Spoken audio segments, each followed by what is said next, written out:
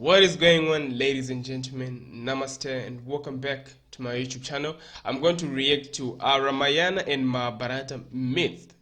Are they all these are they stories, that people have been talking for over 1,000 years and then they just grown to be OGs. So tell me what you think and please subscribe if you haven't subscribed, man. Just as a blessing to me, subscribe down below and you won't be disappointed. I'm gonna continue giving you content and I'm gonna give my thoughts on this at the end of it. I don't like cutting it in between. That will cause those will be interruptions. So I'll give this at the end. So if you want to hear my thoughts on all this, you can go to the end. But yeah, let's go. Moving on to the mythology.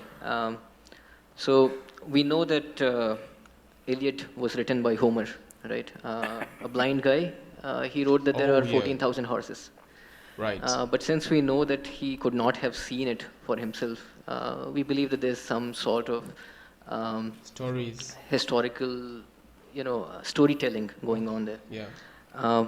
Would you say, but nowadays, all the scriptures, religious scriptures, are taken as gospel.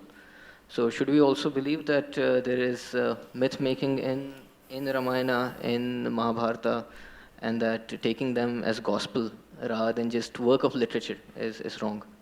I don't see anybody taking Ramayana and Mahabharata as a gospel. There are certain factions which are… No. They cannot because they'll get freaked out with confusion. Do you take Because it as a there are all gospel? kinds of people in Mahabharata. Tell me. The best sort of man, the worst sort of man, in between every kind of man and woman. Right. Is there over 100,000 characters? How Right. can you make a gospel out of it? So you said storytelling. I don't know if you've seen the byline of Youth and Truth. Not the seriousness of gospel, but the playfulness of gossip, because gossip has always been reliable. No, at any time in history, nobody went by the official version. Whatever the official version came, people asked around with their friends and relatives what happened. Okay. When five people said five different things, people learned out of their wisdom to extract some truth out of the gossip. But people always relied more on the gossip than the official version, isn't it so? That's It's not true. just today, always. Always. However, given that this gossip can lead to a transformation of this truth to an extent where it's lost forever, do you think that's troubling? See, That's a first good of all, you're point. questioning, did it actually happen, right? So we are saying that the same argument which you have given is the argument which is usually used these days to say that buildings which were constructed by the Mughals were actually not Mughal structures. Yeah. Oh, okay. I get the However, point. that's gossip being misinterpreted completely. Now, see, if you come further south, people are questioning whether Rama existed or not, okay? This is just a question of poor memory. When the entire nation has been talking about it for thousands of years, Right. now the problem is your trust in printed word is more than the spoken word, that is the whole problem. But you must understand, this is a oral culture. We always transmitted most significant things orally. You may think it's insignificant because it's not written, but anybody can write it down. People have written it down now it's a printed word. But now somebody questions, did Rama exist or not? Not in one place, in entire culture, Yeah. when everybody is talking about the same story with minor variations here and there, it could not have been just made up by all the people, So isn't it? I guess his point was also by bringing in the Iliad example the same, that the war on Troy did happen. Don't but the fact that interpret. Homer says that 14,000 horses were there Don't is interrupt, clearly man. not truth. Maybe not. Maybe Ram did exist, but other facts which are… other things… See, we are, after all, Indians, we invented zero. We have certain freedom in using number of zeros. We're taking liberty with that. Don't… see, whether 6,000–7,000 years ago, whether 100,000 men fought or 10,000 men fought, doesn't make a difference. Okay. The way the story is said in this country is not for its facts, but for its truth. Okay. You're trying to bring out a certain truth. The fact of it, whether 100,000 men fought, 10,000 men fought, what does it matter? You don't have to manage that war today, it's over. So the important thing is, what is there for me to learn from that, all right? Right. If that's a question mark, we can go ahead with that. I guess that was his point itself, that when you look at religious texts, as you would learn from See, a piece don't of- call them religious texts, this is nation's history. So let's say if you look at another piece of literature, you would derive learnings from it. Literature is different, history is different.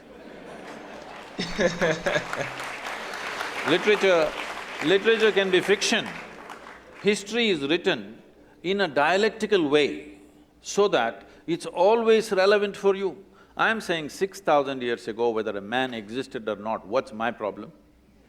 Unless he has something to contribute to my life today, isn't it? Right, However, if yes. history has been written and the facts of the history are not clear, then See, this is what I'm saying.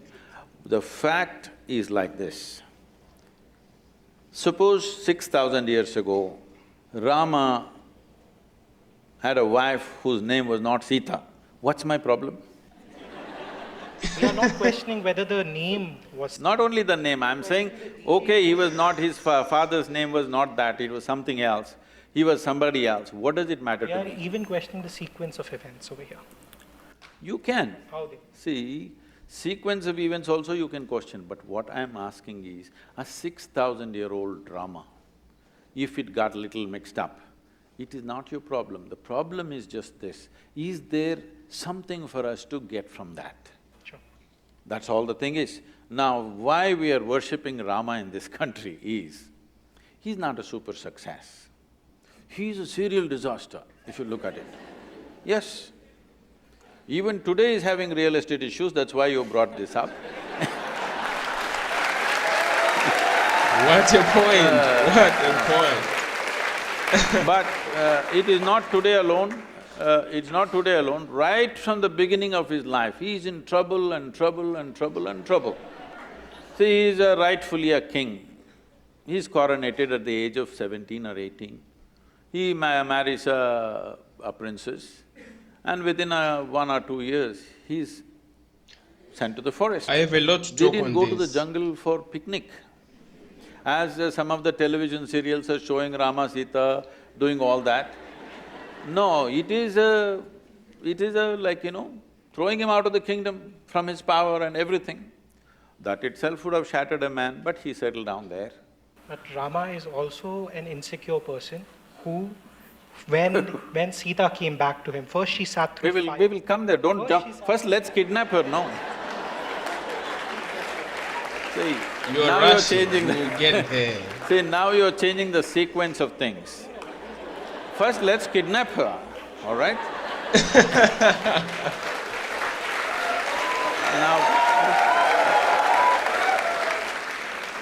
Now, the Sri Lankan people come and kidnap his wife and go away. Yeah. After all, he is a king. If somebody steals his wife and takes her away some 3,000 kilometers down south, there's no GPS to even find out where is Sri Lanka, all right? At a time like that, being a king, he could have found a local solution. There would be any number of women to marry the man, he's a king. Yeah. But he goes in search of her, not with a big army, just him and his brother, like ordinary people. If a man has to walk 3,000 kilometers down south, not knowing where she is, whether she is alive or dead or what's happened, then she must mean so much to him, yes or no? Yes. Otherwise, why would a man walk that distance? Now, he goes there, he forms a Tamil army, don't forget this. And then there is a fight, kills hundreds of people, burns down a beautiful city, gets back his wife, comes and settles down. Before this, I will tell you, he goes for a year of penance in Himalayas. His brother asks, "Are you crazy? This man stole your wife and now you're doing penance for his death." He said he had 10 basic qualities, Ravana. Killing those 9, which were horrendous qualities, no penance for me, no repentance for that. But he was also a great devotee and I killed that also. So 1 year of penance the man goes for. This is not a…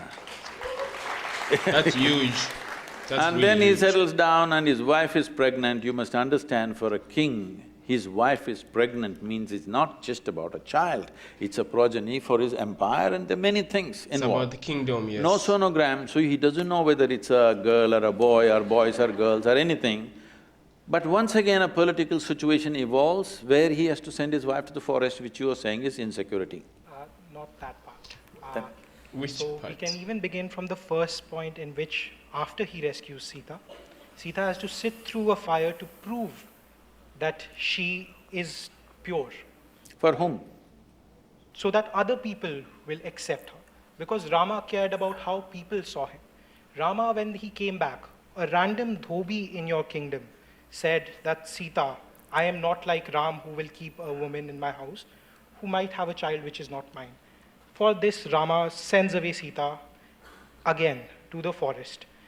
That is the insecurity you're talking about. At any point, Rama wanted his people to love him. No, let's come to this properly.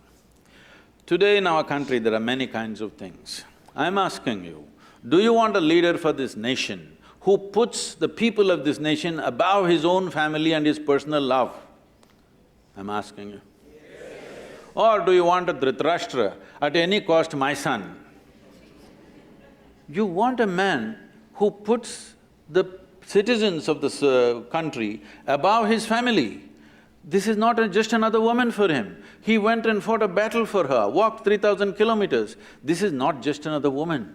He is living for her, but still he sends her back to the jungle when she's pregnant, knowing fully well that it could be his future for this kingdom. And he's putting… See, it is not just about a dhobi, this is what your mistake… you're taking these things literally. When a dhobi said, what it is being said is ordinary people are talking like this. Ordinary people have no trust in the king, that he's just brought some woman from somewhere and he's made her our queen. Because queen is seen as a mother to the nation. To everyone. We don't want such a woman as our mother, that's what they're saying. She went and lived with some man somewhere. This is what the people of those times are saying. So if the king says, I don't care what you think, I love my wife and keep her, that would be not a good king, not a good administrator. So he's putting his people above somebody that he loves very, very dearly, and she's pregnant.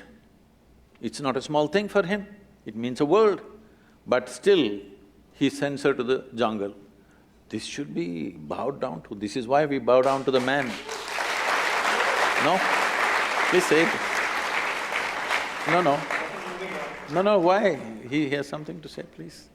So there are different types of responsibilities of you as a person. As a king, there are different responsibilities, and as a human, as a family member, you have different responsibilities. Now you can't just throw away your wife and send her to a jungle. It's like just objectifying her. It's not treating her like another human who's pregnant, who will need different things, and you have promised her different things. Okay. Well, then you're against Gautam Buddha, you're against Rama, everybody. But you need to understand this in the right context, that is, if this woman didn't mean anything to her, he wouldn't have traveled down to Sri Lanka, fought a battle and brought her back, isn't it? It was his pride about what… How can you? His pride he could have got 100 wives around him if he wished, but he went for this person who means so much to him. Moving on, No, you must see the words that he's uttered. You must see the words he uttered about Sita, what she means to him, how he cried to Lakshmana and what he said. actions My are man being said, told. let's move on. Why are you reading all these evil intentions in his mind that he did not express anywhere? He did not express… With our words, we can say anything. See, as far as you are concerned, you know only what you read. You don't know anything else about his life, neither me nor you, all right? Perfect. So, from what you read, nowhere does it say that he was insecure. Nowhere does it say he went for his pride. Nowhere does it say that. No, everywhere it says very clearly, let me tell you, the reason why he is worshipped today is, though life threw disasters after disasters at him, the man never became resentful, never became hateful, never became angry. He did not become a recluse either. He went about fulfilling every duty that he has to do. With a personal pain and grief that he is carrying all his life, the man went about doing the best he can do for his praja of the day. If this is being accused of being as pride and this, Right. This was one of the craziest videos that I've reacted to. Before we go, man, make sure to subscribe, man. It's just down there, it's just clicking. 99% of you guys are not subscribing. Anyway, let's go. The first thing, that guy was just, okay, initially, they were interrupting him, like Sadhguru was trying to explain a lot of things and they would interrupt. Okay, I mean, I understand that. I guess maybe it was, a back and forth interview, or, and you'd have arguments. Obviously, you're trying to put out your points out there. But the first one, I think his question was more like, with what happens, with what we are learning nowadays about Ramayana and Mahabharata, uh, you know, and Sadhguru actually said, like, people take gossips, from this person, that person, and then we bring everything together. We formulate, the truth, what we look at, what we understand as, okay, this is the truth that I'm taking from all this that I've been given. And it has been written down, So his point was, obviously, this has happened, right? This has been talked about for 1,000 years, over and over, right? And you can't honestly say that, this is just a myth, right? It has been there. And what doesn't make any difference today is being told that, okay, the name wasn't Ramayana, it was, or the name wasn't Rama, it was another name, or the name of his wife was different. That does not change anything. What you are supposed to look at all these stories, or at all these historical, let me just say, in all this history, is you have to get the facts. You have to take, all the learning instruments that you can get from all that, right? It's not about if the numbers were correct. It's not about if the number of people that were killed is correct. No, it's about what you are getting, what you are understanding, what that text is helping you, what is helping you inside. That was his point. That was Sadhguru's point, and that's what we have to get from all this.